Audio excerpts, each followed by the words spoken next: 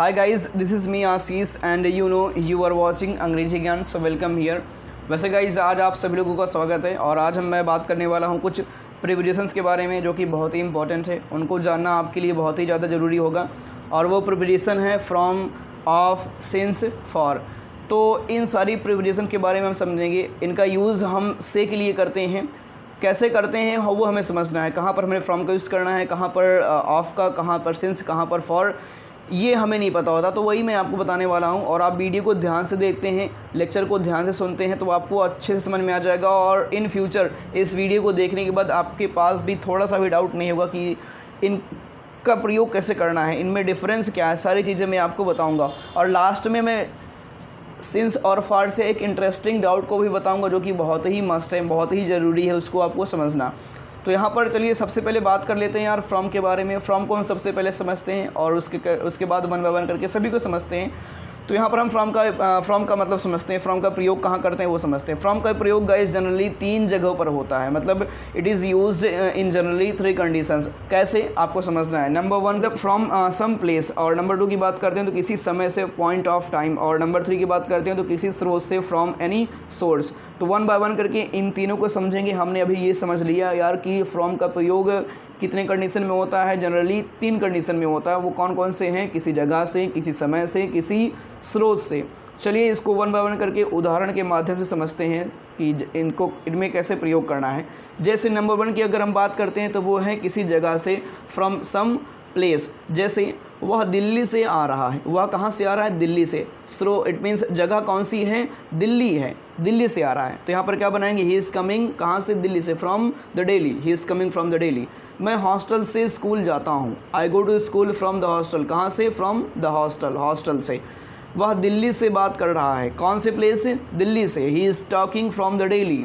अब हम बात करते हैं पॉइंट नंबर 2 के बारे में, किसी समय से, पॉइंट ऑफ टाइम। जैसे यहाँ पर एक चीज़ आपको नोट करना है कि फ्रॉम का प्रयोग समय के लिए हम फ्यूचर के सेंटेंसेस में करते हैं, प्रेजेंट और पास्ट के सेंटेंसेस में नहीं। मतलब कि आपको क्या करना है कि फ्रॉम का प्रयोग फ्यूचर में करना है, प्रेजेंट और पास्ट के सेंटेंसेस में नहीं करना है। इसको आप ध्यान रखिएगा, माइंड में नोट कर लीजिएगा। और आप नोट लिए हो तो उसमें आप नोट कर लीजिए कि यार फ्यूचर जो फ्रॉम का यूज़ है समय के लिए सिर्फ हमें फ्यूचर के सेंटेंसेस में यूज़ करना है, प्रेजेंट और पास्ट में नहीं। चलिए आप प्रयोग करते हैं, उसको देखते हैं। जैसे मैं 10 बजे से पढ़ाऊँगा, जैसे यहाँ पर मैंने बोला मैं 10 बजे से पढ़ाऊँगा, I will teach from 10 o'clock। Okay, क्या बोलेंगे, I will teach from 10 o'clock। Next example, मैं कल से पढ़ाऊँगा, I will teach from tomorrow. मैं कल से पढ़ूँगा, I will study from tomorrow, I will study from tomorrow. वह अगले महीने से अंग्रेजी सीखेगा, he will learn English from the next month. कब से, अगले महीने से, he will learn English from the next month.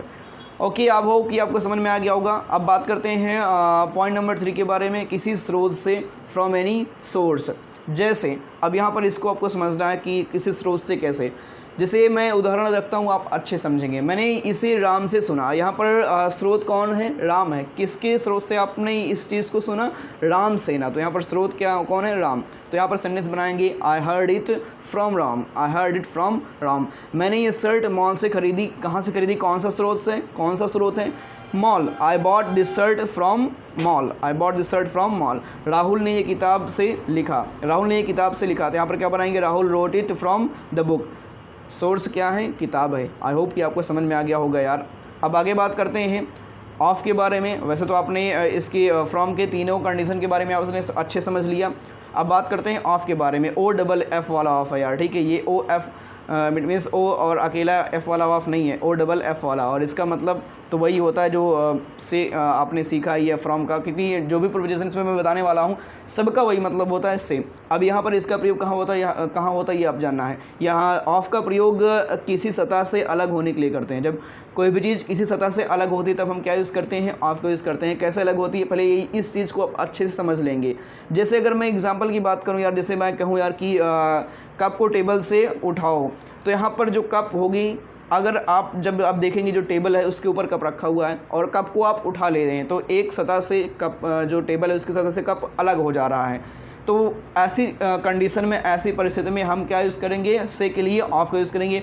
और उदाहरण आपने देखा होगा, आप जब विमान उड़ता है तो उसको आपने देखा होगा कि यार उसको बोलते हैं यार टेक ऑफ, ठीक है। आप जब बस से उतरते हैं तो आप यूज़ करते हैं गेट ऑफ, तो यहाँ पर देखिए ऐसा क्यों यूज़ कर रहे हैं, क्योंकि बस की सतह से आप आ रहे हैं और जो विमान है वो जो एक सतह है, जो अर्थ है, इट मीन्स जो अर्थ का मतलब समझते हैं ना, भूमि, उसको छोड़ रहा है।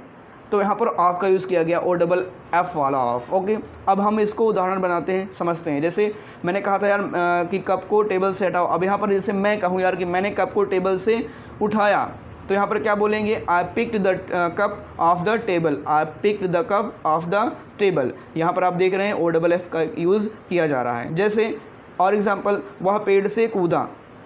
अब जहाँ पर आपने बनाया वह पेड़ से कूदा, तो वहाँ पर कोई व्यक्ति था, वह पेड़ से कूदा, उसने पेड़ की सतह को छोड़ी, ठीक है। तो यहाँ पर क्या बनाएंगे, he jumped off the tree, he jumped off the tree, he jumped from the tree नहीं करना आपको, he jumped off the tree. जैसे मैं स्क्रीन से धूल हटा रहा हूँ, जैसे मेरी स्क्रीन पर, मोबाइल की स्क्रीन पर, कुछ भी समझिए किसी भी स्क्रीन पर धूल आ गई है, तो मैं धूल को अलग कर रहा हूँ स्क्रीन से, स्क्रीन की सतह से उसको अलग कर रहा हूँ, हटा रहा हूँ। तो यहाँ पर क्या बनाएंगे, I am wiping the dust of the screen, I am wiping the dust of the screen. I hope कि यार आपको समझ में आ गया होगा। अब हम बात करते हैं गाइस सिंस और फॉर के बारे में, कि इनका प्रयोग कहाँ होता है। सिंस और फॉर का प्रयोग समझते हैं। सिंस का प्रयोग एक निश्चित समय के साथ होता है और फॉर का प्रयोग अनिश्चित समय के साथ होता है। अभी मैं आपको बताता हूँ निश्चित समय क्या है, अनिश्चित समय क्या है। चलिए इसी को समझते हैं। निश्चित समय की बात करते हैं तो यहाँ पर एग्जैक्ट टाइम की बात होती है, समय जुड़ा होता है। और हम फॉर अगर बात करते हैं अनिश्चित समय की, तो यहाँ पर समय अवधि होता है। ये आप समझेंगे बेहतर उदाहरण के माध्यम से। और ऐसे सेंटेंस हमेशा इनके लास्ट में रहा, रही, रहे से समाप्त होता है। ये अभी आपने क्लियर किया होगा, आप जानते भी होंगे। चलिए इसको थोड़ा सा इसको उदाहरण लेते हैं, समझते हैं थोड़ा सा इसके से के बारे में, सिंस और फॉर के। तो यहाँ पर सिंस से कुछ बनाते हैं, कुछ फॉर से बनाते हैं। जैसे आप कहते हैं यार एग्जैक्ट टाइम की जब आप बात करते हैं, एग्जैक्ट टाइम को आप जान लेते हैं। जैसे सबसे पहले एग्जैक्ट टाइम को ही जान लेते हैं, पता करते हैं क्या होता है। जैसे आप कहते हैं यार 2 बजे से, तो आप जब जैसे आपने बोला 2 बजे से, तो यहाँ पर टाइम क्या है, एग्जैक्ट टाइम है। और इसके लिए क्या बोलेंगे, सिंस 2 o'clock, ठीक है। ये एग्जैक्ट टाइम की बात की जा रही है, सिंस 2 o'clock मतलब 2 बजे से। आप बोलते हैं, आप बताते हैं यार 2010 से, सिंस 2010। आप कहते हैं सोमवार से, सिंस मंडे, क्योंकि यहाँ पर समय जुड़ा हुआ है, एग्जैक्ट टाइम की बात की जा रही है, टाइम बताया जा रहा है। आप कहते हैं यार कि कल से, अब यहाँ पर अगर आने वाला कल है तो टुमारो बोलेंगे, सिंस टुमारो। और अगर बात करते हैं जो बीत गया है, तो उसके लिए क्या बोलेंगे, सिंस येस्टरडे। जैसे मैं बात करूँ यार कि सुबह से, तब क्या बोलेंगे, सिंस मॉर्निंग। दोपहर से, सिंस आफ्टरनून, ठीक है। ऐसे आप सिंस का यूज़ करते हैं जब समय जुड़ा होता है तब। अब अगर फॉर की बात करते हो तो फॉर का यूज़ समय अवधि के लिए करते हैं। यहाँ पर कोई एग्जैक्ट टाइम नहीं होता। जैसे आप कहते हैं 2 घंटे से, ठीक है। अब यहाँ पर क्या बनाएंगे, 2 घंटे के लिए, 2 घंटे से, इसके लिए क्या बनाएंगे आप, फॉर 2 आवर्स। 2 दिन से, फॉर 2 डेज़। 10 साल से, फॉर 10 ईयर्स। अभी आप और बेहतर समझेंगे जब मैं आपको सेंटेंस के उदाहरण के माध्यम से समझाऊंगा। तो चलिए अब उसी को समझ लेते हैं, तब आपको ज़्यादा अच्छे से समझ में आ जाएगा। जैसे पहला एग्जाम्पल है यार कि मैं सुबह से वीडियो बना रहा हूँ।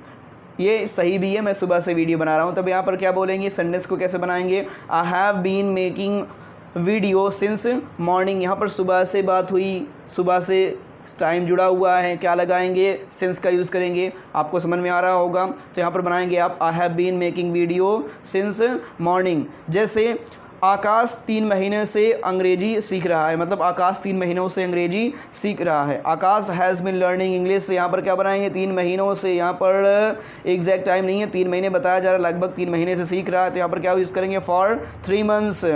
It means Akash has been learning English for 3 months। जैसे और उदाहरण देखिए आप, मैं 2 दिन से आपको याद कर रहा था। अब यहाँ पर याद कर रहा था, तो यहाँ पर हैव का यूज़ करेंगे नहीं, हैड का यूज़ कर देंगे। जहाँ तक मैं जानता हूँ, मैं उम्मीद करता हूँ कि आपको इस टेंस के बारे में आपको पता होगा। तो यहाँ पर चलिए बनाते हैं। जैसे मैं 2 दिन से आपको याद कर रहा था, I had been missing you. कितने दिन से, 2 दिन से बताया जा रहा है।